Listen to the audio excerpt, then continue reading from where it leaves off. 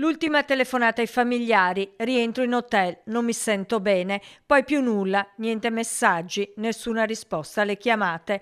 È stato trovato senza vita nella sua camera di albergo a Orlando, in Florida, Marco Zaminato, 44enne di Nove, manager e titolare dell'azienda di arredo bagno AET.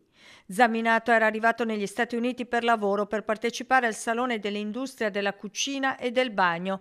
Lunedì sera aveva avvertito un po' di malessere, tanto da decidere di tornare in hotel.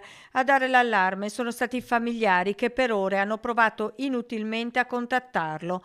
Marco Zaminato sarebbe stato stroncato da un infarto. In Florida in queste ore sono arrivate la compagna Anna e la sorella Silvia per il riconoscimento della salma e per espletare le pratiche di rimpatrio.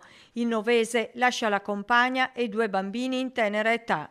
La notizia della scomparsa del manager si è sparsa velocemente in tutto il territorio bassanese, dove Marco Zaminato era molto conosciuto e stimato.